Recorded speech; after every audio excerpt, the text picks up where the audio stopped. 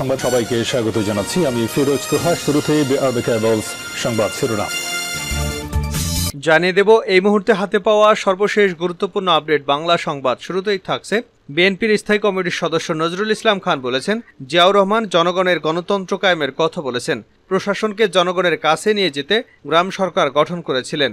আর এখনকার সরকারে যারা আছেন তারা কয়েকজনকে কোটিপতি, মিলেনিয়র, বিলিয়নিয়র বানিয়েছেন।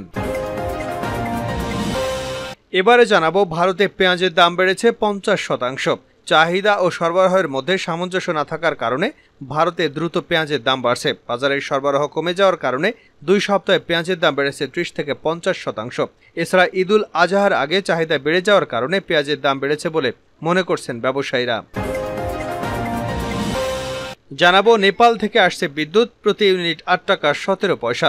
চলমান লোডশেডিং কমাতে নেপাল থেকে বিদ্যুৎ আনছে সরকার। বিদ্যুৎ আমদানিতে মূল্য নির্ধারণ করা হয়েছে প্রতি ইউনিট 8 টাকা 17 পয়সা। এদিকে 6 যুবলীগ নেতার বিরুদ্ধে আদালতে ডাকাতির মামলা। পিরোজপুরের ইন্দুরকানীতে ইব্রাহিম হাওলাদার নামে এক প্রবাসীর বাড়িতে ডাকাতির ঘটনায় 24 দিন পর আদালতে মামলা হয়েছে। গতকাল সোমবার পিরোজপুর সিনিয়র জুডিশিয়াল ম্যাজিস্ট্রেট আদালতে 6 যুবলীগ নেতা সহ 12 জনের বিরুদ্ধে মামলার আবেদন করেন ইব্রাহিমের স্ত্রী রিনা আক্তার। আদালত মামলা গ্রহণ করে পিরোজপুর সিআইডি পুলিশের ওসিকে তদন্ত করে ব্যবস্থা নিতে নির্দেশনা দিয়েছেন। এবারে থাকছে, দেশের একটি পরিবারও গৃহহীন থাকবে না জানিয়ে প্রধানমন্ত্রী শেখ হাসিনা বলেছেন, ভূমিহীন এবং গৃহহীনদের শুধু মাথা গোঁজার ঠাঁই নয়, তাদের নানামুখী প্রশিক্ষণ দিয়ে করা হবে আত্মনির্ভরশীল। এবং সর্বশেষ জানাবো আন্তর্জাতিক সংবাদ। মালাউইয়ের ভাইস প্রেসিডেন্টকে বহনকারী হেলিকপ্টার বিধ্বস্ত। মালাউইয়ের ভাইস প্রেসিডেন্টকে বহনকারী বিমানটি বিধ্বস্ত হয়েছে। বিমানটির ধ্বংসাবশেষ পাওয়া গেছে এবং এতে আর কোনো আরোহী বেঁচে নেই, এমনটি নিশ্চিত করেছে দেশটির প্রেসিডেন্ট লাজারাস চাকভেরা। বিমানটিতে ভাইস প্রেসিডেন্ট শাওলজ সিলিমা ছাড়াও আরও 9 জন আরোহী ছিলেন। এতক্ষণ শিরোনাম শুনছিলেন, এবার বিস্তারিত। প্রিয় দর্শক, আপনি যদি এই চ্যানেলে নতুন হয়ে থাকেন, ভিডিওটি দেখতে দেখতে চ্যানেলটি সাবস্ক্রাইব করে আমাদের সঙ্গে থাকুন। আর এই ভিডিও সম্পর্কে আপনি আপনার মূল্যবান মতামতটি কমেন্ট বক্সে জানিয়ে দিন। আর হ্যাঁ প্রিয় দর্শক, জানিয়ে দিন ভিডিওটি কোথা থেকে দেখছেন। সরকার কয়েকজনকে মিলেনিয়র, বিলিয়নিয়র বানিয়েছে নজরুল ইসলাম। বিএনপির স্থায়ী কমিটির সদস্য নজরুল ইসলাম খান বলেছেন, জিয়াউর রহমান জনগণের গণতন্ত্র কায়েমের কথা বলেছেন। প্রশাসনকে জনগণের কাছে নিয়ে যেতে গ্রাম সরকার গঠন করেছিলেন। আর এখনকার সরকারে যারা আছেন তারা কয়েকজনকে কোটিপতি, মিলেনিয়র, বিলিয়নিয়র বানিয়েছেন। সন্ধ্যায় ময়মনসিংহ নগরী তারেক স্মৃতি অডিটোরিয়ামে কৃষি উন্নয়ন, শিল্প বিকাশে জিয়াউর রহমানের অবদান শীর্ষক এক সভায় প্রধান অতিথির বক্তব্যে এসব কথা বলেন তিনি। শহীদ রাষ্ট্রপতি জিয়াউর রহমানের 43তম শাহাদাত বার্ষিকী উপলক্ষে ময়মনসিংহ বিভাগীয় বিএনপির আলোচনা সভার আয়োজন করে। নজরুল ইসলাম খান বলেন, দেশের কৃষি উন্নয়ন, শিল্পের বিকাশ ঘটেছিল জিয়াউর রহমানের হাত ধরে। তার সময়েই আমরা তৈরি পোশাক, চিংড়ি, চিনি রপ্তানি করেছি। তার সময় অপরিচিত, অপ্রচলিত পণ্য বিদেশে রপ্তানি হয়েছে। টেক্সটাইল, সুগার মিল এবং সার কারখানা প্রতিষ্ঠা করতে তিনিই বেসরকারি বিনিয়োগ উন্মুক্ত করেছিলেন। এ সময় তিনি আরও বলেন, জিয়াউর রহমান কোনোদিন শেখ মুজিবুর রহমানকে হেয় করে কথা বলেননি, খালেদা জিয়াও করেননি, আর তারেক রহমান তার কবর জিয়ারত করেছেন। সম্মান দিলে সম্মান বাড়ে, কমে না। অথচ এক মন্ত্রী বলেন, জিয়াউর রহমান পাকিস্তানের চর ছিলেন। তাহলে জিয়াউর রহমানকে সেক্টর কমান্ডার কারা বানিয়েছিল? কে বীরোত্তম পদবি দিয়েছিল? ভারতে পেঁয়াজের দাম বেড়েছে 50%। চাহিদা ও সরবরাহের মধ্যে সামঞ্জস্য না থাকার কারণে ভারতে দ্রুত পেঁয়াজের দাম বেড়েছে। বাজারে সরবরাহ কমে যাওয়ার কারণে 2 সপ্তাহে পেঁয়াজের দাম বেড়েছে 30 থেকে 50%। এছাড়া পবিত্র ঈদুল আজহার আগে চাহিদা বেড়ে যাওয়ার কারণে পেঁয়াজের দাম বেড়েছে বলে মনে করছেন ব্যবসায়ীরা। দেশটির নির্ভরযোগ্য গণমাধ্যম ইকোনমিক টাইমসের খবরে বলা হয়েছে, জুন মাস থেকে বাজারে যে পেঁয়াজ আসে তা মূলত কৃষক এবং ব্যবসায়ীদের তাদের মজুদ থেকে সরবরাহ করেন। তবে কৃষকরা পেঁয়াজ বিক্রি কমিয়ে দিয়েছেন, কারণ তারা মনে করছেন 2023-24 রবি মৌসুমে উৎপাদন কম হবে এবং পেঁয়াজের দাম বাড়বে। পেঁয়াজের অন্যতম বড় বাজার মহারাষ্ট্র রাজ্যের নাসিকের লাসালগাঁওয়ে সোমবার পাইকারি হারে প্রতি কেজি পেঁয়াজ বিক্রি হয়েছে 26 রুপিতে। গত 25 মে এই পেঁয়াজ বিক্রি হয়েছিল 17 রুপিতে। সবচেয়ে ভালো মানের পেঁয়াজ পাইকারি বাজারে 30 রুপি ছাড়িয়ে গেছে। যদিও এ মানের পেঁয়াজ খুব কম পরিমাণে বিক্রি হচ্ছে। এই পরিস্থিতিতে ভারতের ব্যবসায়ীরা পেঁয়াজ মজুত করে রাখছেন। কেন্দ্রীয় সরকারের পেঁয়াজের দাম নিয়ন্ত্রণের জন্য যেসব ব্যবস্থা নিয়েছে সেগুলো শিথিল করা হবে বলে আশা করছেন তারা। ভারত থেকে এখন খুব বেশি পেঁয়াজ রপ্তানি হচ্ছে না। এর কারণ রপ্তানিতে 40% শুল্ক আরোপ করা হয়েছে। তবে ব্যবসায়ীরা বলছেন, আগামী 17 জুন ঈদুল আজহাকে কেন্দ্র করে পেঁয়াজের চাহিদা বাড়ছে। নাসিকের ব্যবসায়ী বিকাশ সিং বলেন, মহারাষ্ট্রে পেঁয়াজের অনেক চাহিদা রয়েছে, বিশেষ করে দক্ষিণের রাজ্যগুলো থেকে। ভারতের হর্টিকালচার প্রোডিউস এক্সপোর্টার অ্যাসোসিয়েশনের সভাপতি অজিত শাহ বলেন, পেঁয়াজের দাম বেড়ে যাওয়ার কারণটি হল কৃষক এবং মজুতকারীরা আশা করছেন সরকার সম্ভবত রপ্তানি শুল্ক প্রত্যাহার করবে। এই ধারণার উপর ভিত্তি করে তারা পেঁয়াজ মজুত করে রেখেছেন এবং আশা করছেন যে দাম আরও বাড়বে।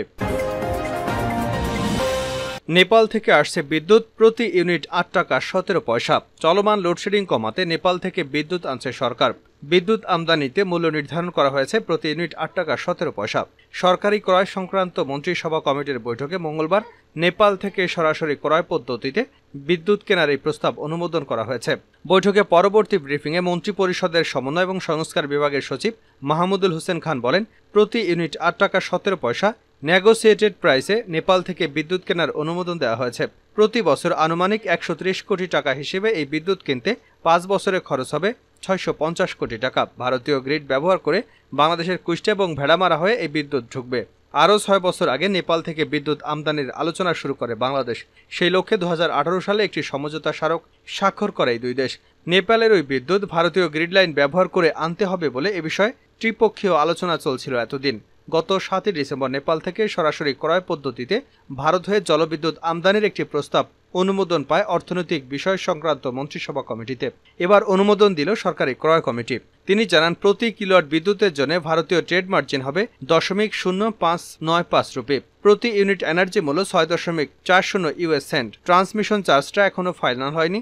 ভারতের যে রেগুলেশন আছে সেই অনুযায়ী এটা হবে। অচিরেই বিদ্যুৎ কেনার বিষয়ে নেপালের সঙ্গে আরেকটি চূড়ান্ত চুক্তি হবে বলে জানিয়েছেন তিনি।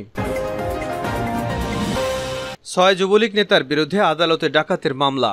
পিরোজপুরের ইন্দুরকানীতে ইব্রাহিম হাওলাদার নামের এক প্রবাসীর বাড়িতে ডাকাতির ঘটনায় ২৪ দিন পর আদালতে মামলা হয়েছে। গতকাল সোমবার পিরোজপুর সিনিয়র জুডিশিয়াল ম্যাজিস্ট্রেট আদালতে ৬ যুবলীগ নেতা সহ ১২ জনের বিরুদ্ধে মামলার আবেদন করেন ইব্রাহিমের স্ত্রী রিনা আক্তার। আদালত মামলা গ্রহণ করে পিরোজপুর সিআইডি পুলিশের ওসিকে তদন্ত করে ব্যবস্থা নিতে নির্দেশনা দেন। মামলার বাদী রিনা আক্তারের ভাষ্য, তার স্বামী দেব সহ পরিবারের ৭ জন সৌদি আরবে থাকেন। অভিযুক্তরা গত ১৬ মে রাতে ঘরে ঢুকে অস্ত্রের মুখে ঘরের সবাইকে বেঁধে মারধর করে। পরে ১০ ভরি স্বর্ণালঙ্কার, ৬ লাখ টাকা, ৫টি মোবাইল সেট সহ প্রায় ২৫ লাখ টাকার মালপত্র নিয়ে যায়। এ ঘটনায় কাউকে বলে তাদের জীবননাশের হুমকি দেওয়া হয়। পরে তিনি থানায় ঘটনার সঙ্গে জড়িতদের বিরুদ্ধে মামলা করতে না পেরে আদালতে ডাকাতের মামলার আবেদন করেন। অভিযোগ অস্বীকার করে ইন্দুরকানী থানার ওসি মোহাম্মদ কামরুজ্জামান তালুকদার জানান, ওই পরিবারের পক্ষ থেকে থানায় অভিযোগ না দেওয়ায় মামলা নেওয়া হয়নি। অভিযোগ দিলে ব্যবস্থা নেওয়া হতো। শুধু মাথা গোঁজার ঠাঁই নয়, প্রশিক্ষণ দিয়ে আত্মনির্ভরশীল করা হবে প্রধানমন্ত্রী। দেশের একটি পরিবারও গৃহহীন থাকবে না জানিয়ে প্রধানমন্ত্রী শেখ হাসিনা বলেছেন, ভূমিহীন এবং গৃহহীনদের শুধু মাথা গোঁজার ঠাঁই নয়, তাদের নানামুখী প্রশিক্ষণ দিয়ে করা হবে আত্মনির্ভরশীল। মঙ্গলবার বেলা ১১টায় ভিডিও কনফারেন্সের মাধ্যমে লালমনিরহাটের কালীগঞ্জ উপজেলার কাকিনা ইউনিয়নের মহিষামুড়ি আশ্রয়ণ প্রকল্পের অভিযুক্ত থেকে গৃহহীনদের ঘর স্থানান্তর অনুষ্ঠানে সরাসরি উপকারভোগীদের সঙ্গে কথা বলার সময় এসব কথা বলেন তিনি। এ সময় প্রধানমন্ত্রী ওই মহিষামুড়ি আশ্রয়ণ প্রকল্পের ঘর পাওয়া বাবু মিয়া এবং সাহেরুল বেয়ারের সঙ্গে কথা বলেন।